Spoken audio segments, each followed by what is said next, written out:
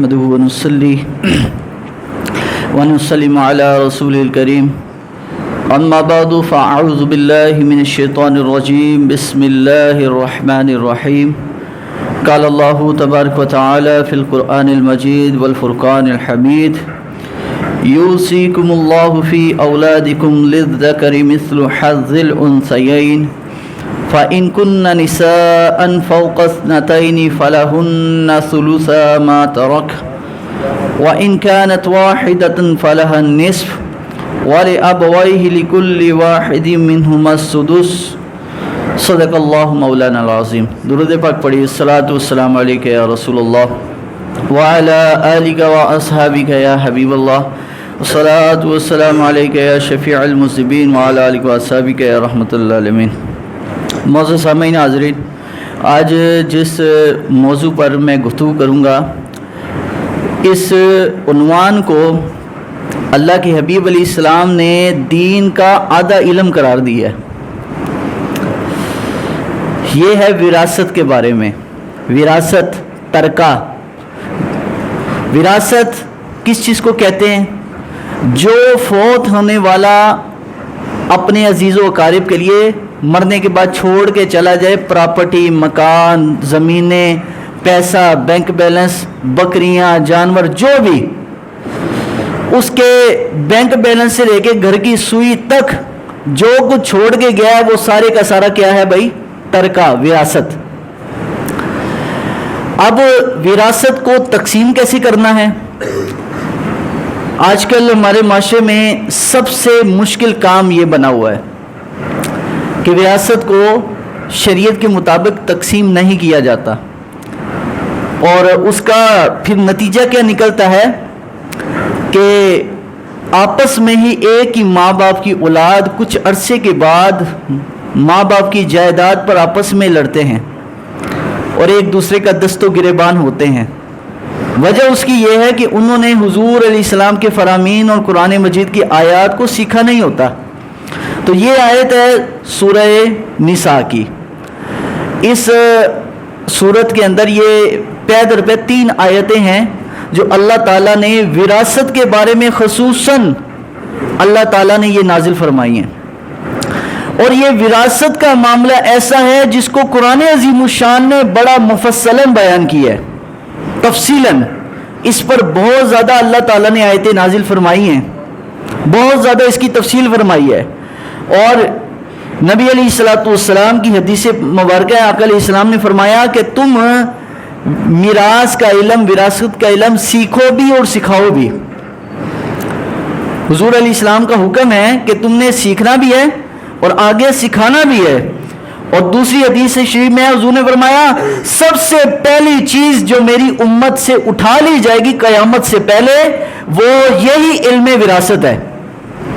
آج دیکھ لیجئے نا، فوت ہونے والا فوت ہو جاتا ہے اور اس کی پراپرٹی، جائیداد، مکان، بینک بیلنس وہ شریعت کے مطابق تقسیم نہیں ہوتا.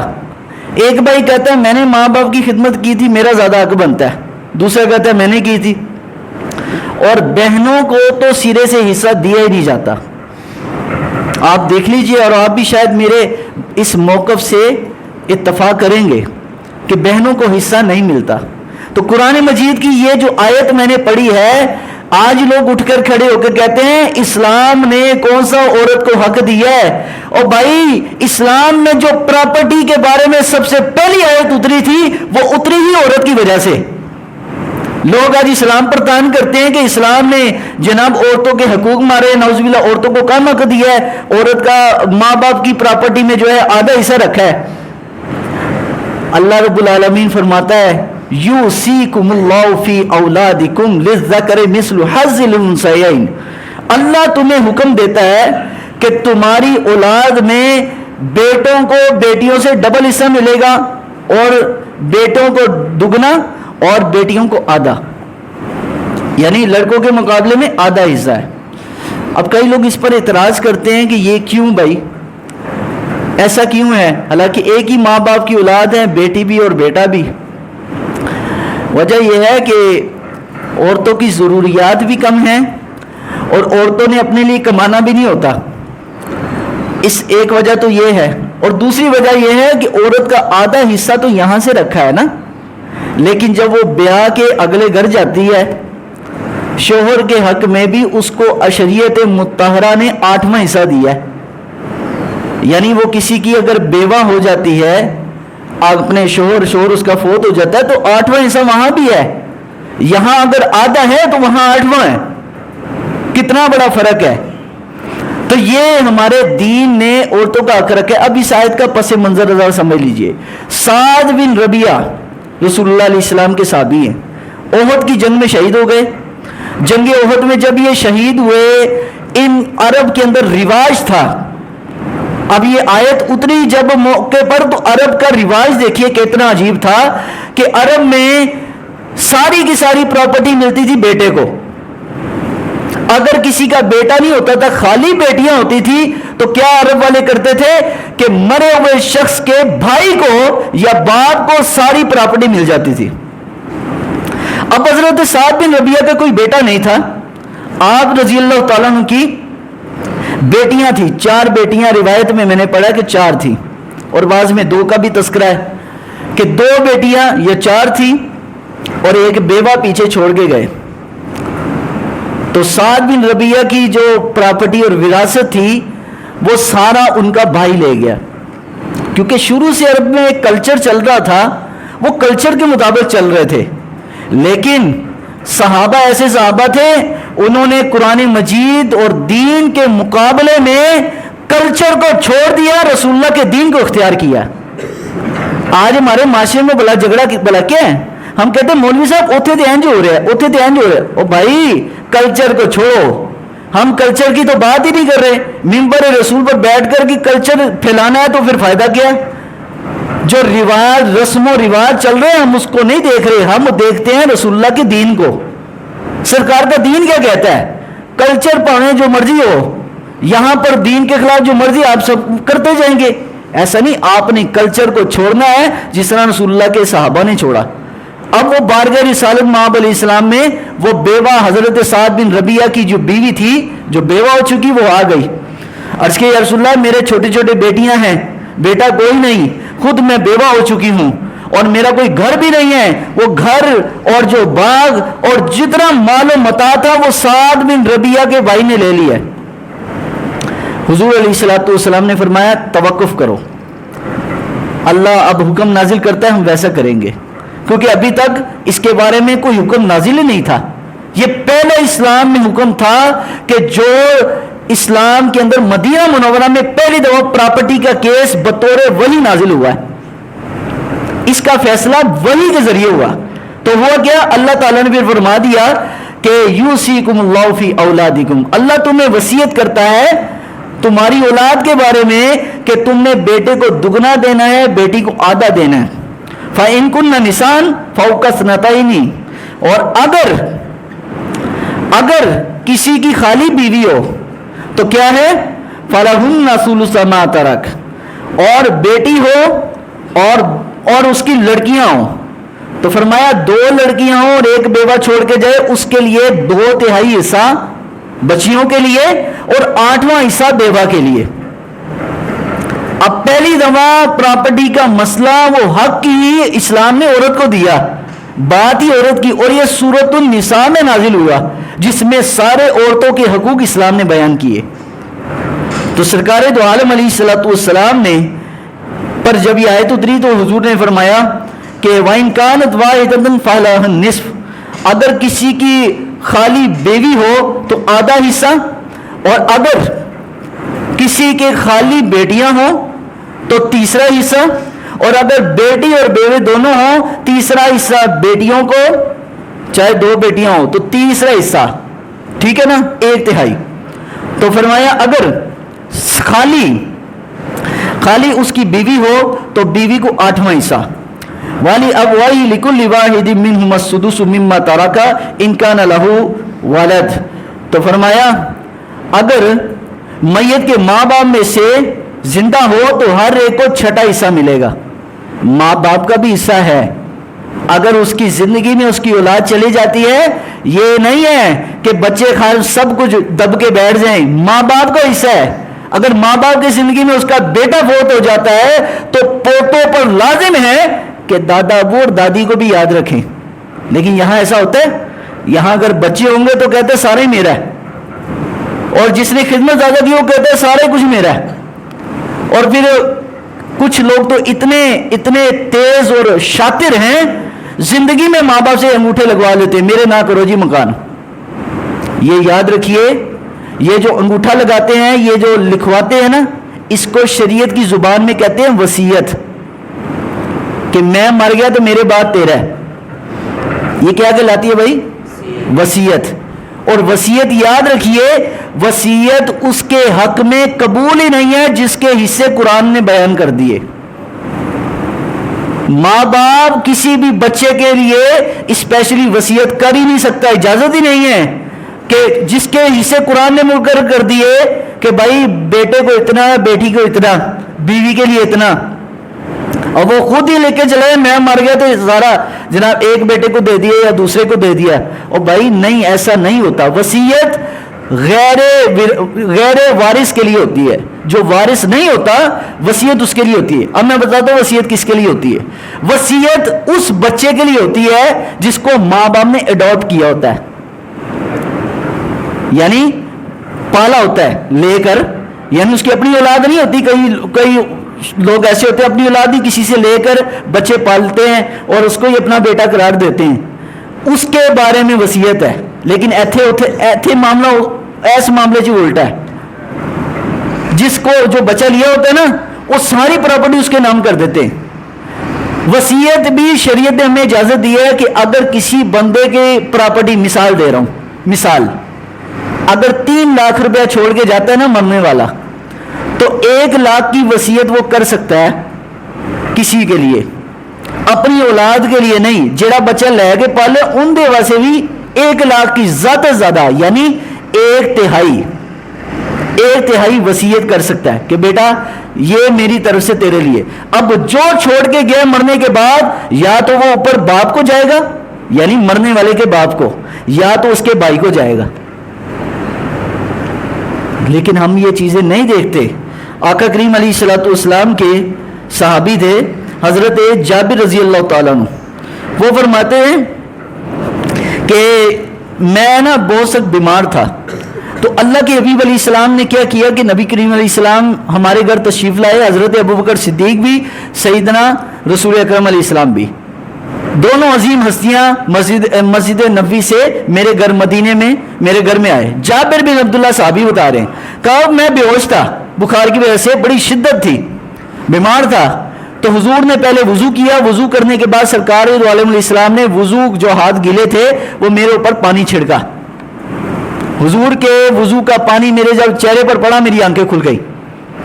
تو میں بیمار تھا, میں نے سمجھا کہ شاید میں دنیا سے اب چلا جاؤں گا. تو نبی علیہ السلام سے عرض کیا, رسول اللہ میرا اتنا مال ہے, میری پراپرٹی ہے, بتائیں کہ میں اپنی جائیداد کو کس طرح تقسیم کروں, اپنے بچوں کو کیا بتاؤں کہ کتنا کس کو دینا ہے. چونکہ آیت تو نازل ہوئی نہیں تھی, تو حضرت جابر بن عبداللہ رضی اللہ تعالیٰ عنہ کی وجہ سے اللہ تعالیٰ نے یہ پوری آیت اتار دی کہ بھائی 6واں حصہ بیوی کو دینا ہے, اتنا حصہ بچیوں کو دینا ہے, اتنا حصہ بیٹوں کو دینا ہے.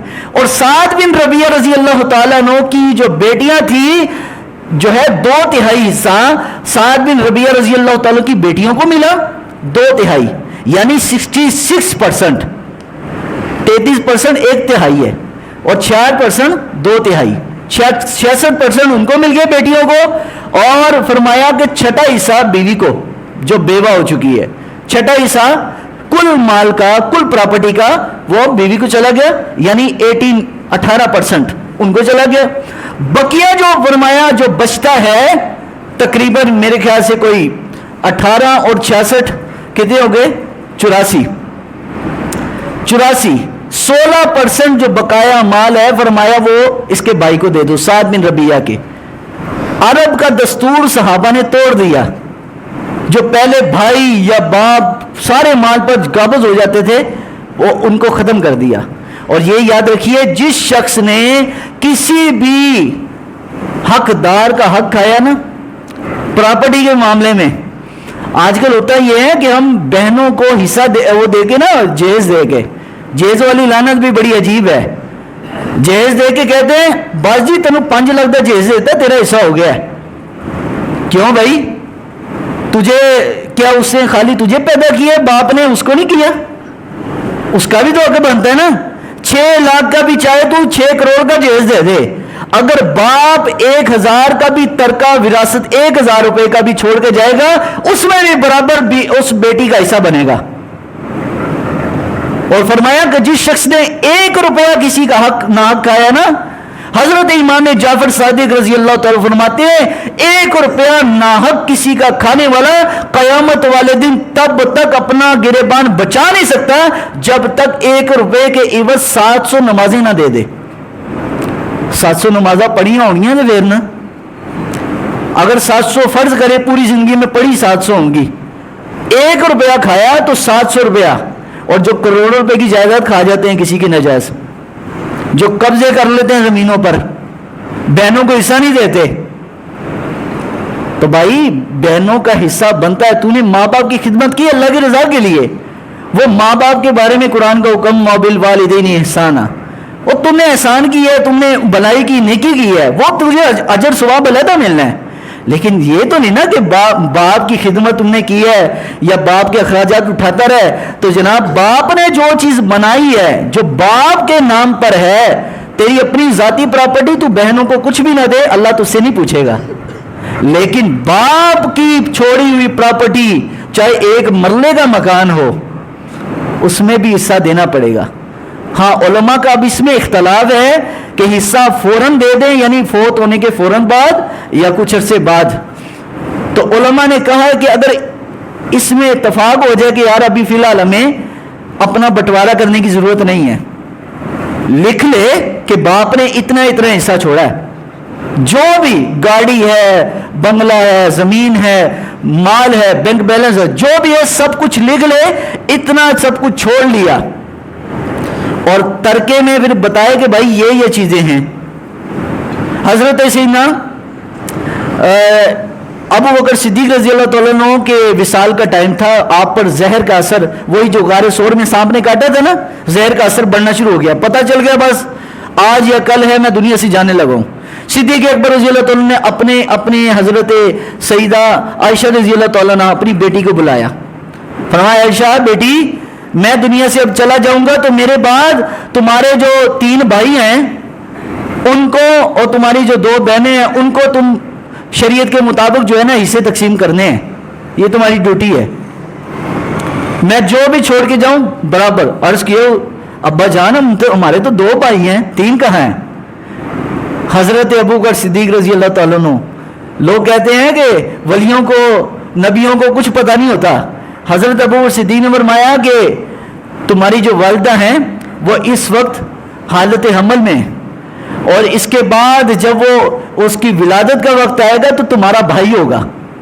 فرمایا اس کو بھی حصہ دینا ہے، میرے چاہے بعد پیدا ہوگا وہ، لیکن اس وقت مجھے معلوم ہے کہ اس کی وہ کیفیت ہے. تو 3 بھائی ہوں گے، فرمایا تینوں کو حصہ ویسے شریعت کے مطابق، اور بہنوں کو بھی ویسے دینا.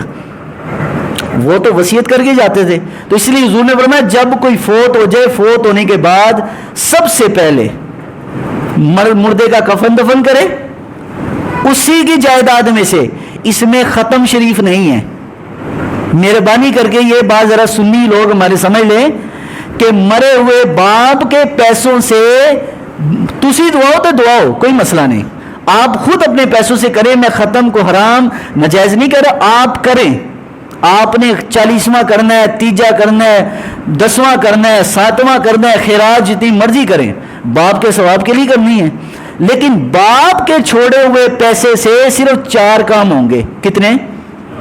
سب سے پہلا کفن دفن باپ کے پیسوں سے ہوگا. اگر باپ فوت ہوا ہے یا کوئی بھی فوت ہوا ہے نا، اس کے اپنے پیسوں سے کفن دفن ہوگا. تو آپ کہیں جناب کوئی اور کرنا چاہتا ہے کفن دفن اپنے پیسوں سے، رشتہ دار کئی کہتے ہیں جی کفن میری طرف سے، جی کئی کہہ دیتے ہیں، تو کوئی بات نہیں، اس کی طرف سے کر لیں، کوئی ایسا پرابلم. لیکن پہلا فرض یہی ہے کہ آپ نے میت مرنے والے کے پیسوں سے ہی کفن دفن کا بندوبست کرنا ہے. نمبر 2، اس کے کفن دفن کے بعد ختم شریف میں نے بولا بیچ میں شامل ہے نہیں ہے. ختم خیرات وہ علیحدہ چیز ہے, وہ اولاد کرے, کرنا چاہے تو, نہیں کرنا چاہے تو اس پر اللہ نے اس پر پکڑ نہیں کرنی. نمبر 2, اس مرنے والے کا قرض, جو وہ قرض دنیا میں اس نے لیا ہے وہ اسی کے پیسوں سے دیا جائے. نمبر 3, اس بندے کی وصیت. دیکھا جائے وصیت کچھ کر کے گیا, کچھ لکھ کے گیا کہ جناب اتنی زمین اللہ کے نام پر وقف یا کسی غریب کے لیے, تو وصیت دیکھی جائے گی. وصیت کا میں مسئلہ آپ کو بتا چکا ہوں. نمبر 4 پر پھر پراپرٹی کی تقسیم ہے. تو پراپرٹی کی تقسیم فوت ہونے کے فوراً بعد یہ 4 کام کرنے چاہیے. اس میں پراپرٹی کی تقسیم بھی ہے, جتنی بھی چھوڑ جائے. اب پراپرٹی تھوڑی ہو زیادہ ہو اس سے شریعت کا کوئی سروکار نہیں, جتنی بھی چھوڑ کے جائے آپ نے کرنی ہے. تو اپنی زندگی میں کئی لوگ نام کر جاتے ہیں نا اولادوں کے, جناب سب کو برابر دے جاتے ہیں. اس کو شریعت کی زبان میں بولتے ہیں ہبہ, تحفہ. ماں باپ جو بھی دے گا اگر اپنی زندگی میں دیتے ہیں سب کو تو وہ برابر کرے, وہ چاہے بیٹیوں میں ہو بیٹوں میں, وہ برابر ہوگا. لیکن مرنے کے بعد جو چھوڑ کے جائے گا وہ ترکہ کہلائے گا, وہ اس شیڈیول کے مطابق ہو جائے جو قرآن نے بیان کیا. آیت نمبر 11, 12, 13 آگے آپ پڑھ لیجئے گا, خود پڑھ لیجئے گا, ٹائم تھوڑا ہے. تو صحابہ اتنے ڈرتے تھے کسی کا حق کھانے میں. ہم تو جائیدادوں کی جائیدادیں بہنوں کے حصے کھا جاتے ہیں. صحابہ اتنا ڈرتے تھے کہ قرآن مجید سورہ بقرہ کی آیت نمبر 188 نازل ہوئی, وَلَا تَأْكُلُوا أَمْوَالَكُمْ بَيْنَكُمْ بِالْبَاطِلِ, کہ آپس میں ایک دوسرے کے مال ناحق نہ کھاؤ. تو صحابہ ایک دوسرے کے گھر انہوں نے دعوت طعام کھانے کی دعوت بھی چھوڑ دی. کسی گھر جا کے کھانا بھی نہیں کھاتے, پانی بھی نہ پیتے. تو صحابہ اکرام رضوان اللہ تعالی عنہ اجمعین سے پوچھا کہ آپ کیوں نہیں ایسا کرتے؟ کہا اللہ نے قرآن میں اتار دیا وَلَا تَأْكُلُوا أَمْوَالَكُمْ بَيْنَكُمْ بِالْبَاطِلِ, ایک دوسرے کا مال ناحق مت کھاؤ. تو وہ ایک دوسرے کے گھر پانی پینا بھی چھوڑ دیا کہ کہیں یہ بھی ناحق چیز میں نہ آ جائے. اتنا خوف خدا ان کے اندر تھا.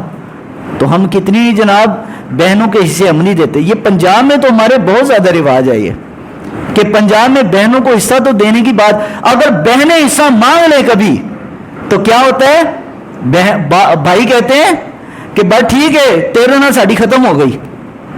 کیوں بھائی, کیوں ختم ہو گئی؟ رشتہ داری ترک کرنے والا حضور نے فرمایا اللہ کو ناپسند ہے.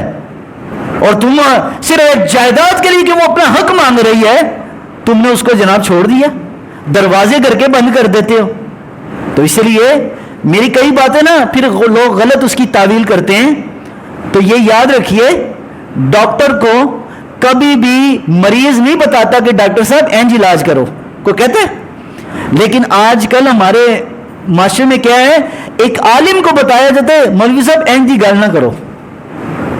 اور بھائی عالم دین کی مثال ایک طبیب کی ہے. یہ ابھی مسئلے معاشرے میں چل رہے ہیں نا, میں دیکھتا ہوں تو میں دیکھتے ہوئے حالات حاضرہ پر گفتگو اس لیے کرتا ہوں کہ یہ جس وقت حکیم دیکھتا ہے کہ مریض کو اس دوائی کی زیادہ ضرورت ہے وہ وہی دوائی لکھ کے دیتا ہے, وہی اسی طریقے سے علاج کرتا ہے جس چیز کی اس کو زیادہ ضرورت ہے. تو میں جب دیکھتا ہوں کہ یار ان چیزوں کی زیادہ ضرورت ہے, یہ کمیاں پائی جا رہی ہیں, تو میں جب بتاتا ہوں نا کئی دفعہ وہ جو ہے نا زبان پر اس کو کڑوا ذائقہ لگتا ہے تو پتہ نہیں ہے کہ پیشنٹ کے لیے کڑوی دوائی ہی زیادہ شفا یاب ہوتی ہے. تو عالم دین کی بعض دفعہ کئی باتیں روح انسان کی دل پر بڑی گراں گزرتی ہے کہ یار مولوی صاحب ایک ہی گلاں کر رہے ہیں. وہ ایک بس آخری بات کہتا ہوں, ایک کوہاٹ میں ضلع کوہاٹ پشاور والی سائڈ میں ایک عالم دین وہ لوگوں کو ایسے مسائل بتا رہے نا, تو لوگوں نے کہا نا یار یہ مولوی ٹھیک نہیں ہے. اس مولوی صاحب نے کیا مسئلہ کیا کہ یار تم چوری کسی لوگوں کے کھیتوں میں جا کر چوری ان کے جناب سبزہ کاٹ لیتے ہو اور اپنی بکریوں کو کھلاتے ہو, یہ ناجائز ہے, یہ ناجائز ہے. اچھا انہوں نے مولوی صاحب کی چھٹی کرا دی, نئے مولوی صاحب رکھے. وہ مولوی صاحب ذرا رنگین آدمی تھا, وہ جانتا تھا کہ لوگوں کی طبیعت کیسی ہے. اس نے کہا آج میں آپ کو اس موضوع پر بات کروں گا کہ آپ لوگوں کی بکریاں کیسے بڑھیں گی. لوگوں نے کہا ماشاءاللہ یار یہ مولوی اچھا ہے, یہ ہمارے فائدے کی بات کرتا ہے. تو آج ہماری طبیعتیں بھی ویسی ہیں، ذاتی مفاد اور ذاتی فائدے کی بات ہو نا، ہم کہتے ہیں مولوی بڑا چنگا ہے، اور جس میں اصلاح کی گفتگو ہو جائے نا، ہم کہتے ہیں مولوی چنگا نہیں یار، اے مولوی بدلو یار، اے مولوی صحیح گلا نہیں کرتا۔ تو یہ یاد رکھیں، عالم دین رسول اللہ کا وارث ہوتا ہے، اور حضور کا جو وارث ہوتا ہے یہ بہت بڑا مقام مرتبہ ہے۔ دکھنے میں عالم دین آپ کو ایک غریب فقیر سے لگے گا، لیکن حضور نے اپنے جو منبر کی ذمہ داری ہے ایک عالم دین کو ہی دی ہے۔ تو اس لیے جب کوئی عالم دین قرآن اور سنت کی بات کرے تو اس کو فالو کیا کریں، دل پر چاہے گراں گزرے۔ یہ نفس ہی کی تو خرابی ہے کہ نفس بندے کو سیدھے راہ لگنے نہیں دیتا۔ تو کوشش کیا کریں کہ علماء کے پاس بیٹھا کریں، ان کی صحبت میں سیکھا کریں۔ شاید آپ لوگوں نے یہاں پر بیٹھ کر اس مجلس میں رمضان میں کئی ایسی باتیں جو پہلے نہیں سنی ہوں گی، نئی باتیں سیکھی ہوں آپ نے، تو اس کا فائدہ یہ ہے کہ کہیں ایسا موقع آئے گا تو آپ کو ضرور ذہن میں بات آ جائے گی، یار ہم نے قرآن کی آیت اور حدیث شریف سنی تھی، اب اس کے مطابق ہم نے یہ کرنا ہے۔ تو حضور کا عاشق اور غلام رسول بھی وہ ہے کہ جو رسول اللہ کی ہر بات، چاہے اس کے نفع میں ہو نقصان میں ہو، بس اس کو قبول کر لے۔ اللہ تعالیٰ کی بارگاہ میں دعا ہے اللہ ہم سب کو عمل کی توفیق عطا فرمائے۔ اللہم صلی علی سیدنا و مولانا محمد مبارک وسلم۔ ربنا تقبل منا انک انت السمیع العلیم وتب علینا انک انت التواب الرحیم۔ اے میرے مالک و مولا، اپنے پیارے محبوب دانِ غیوب شافع یوم النشور صلی اللہ علیہ وسلم کے وسیلہ جلہ سے یا اللہ وراثت کے بارے میں جو احکامات ہم نے سنے بیان کیے گئے، یا اللہ اس پر عمل کی توفیق عطا فرما۔ ہم سب کو قرآن و سنت کے مطابق اپنی بقیہ زندگی گزارنے کی توفیق عطا فرما۔ یا اللہ اپنی خواہشات نہیں بلکہ تیرے دین کی تابعداری کی توفیق عطا فرما۔ یا اللہ اپنے پیارے نبی علیہ السلام کے صدقے سے عالم اسلام کی خیر فرما۔ یا اللہ خصوصاً فلسطین کے مسلمانوں کی امداد فرما، کشمیر کے مسلمانوں کی امداد فرما۔ یا اللہ دنیا میں جہاں بھی مظلومین مسلمان ہیں یا اللہ تو ان کی امداد فرما۔ یا اللہ اسلام کا بول والا فرما، کفر کا منہ کالا فرما۔ صلی اللہ تعالی علیہ محمد۔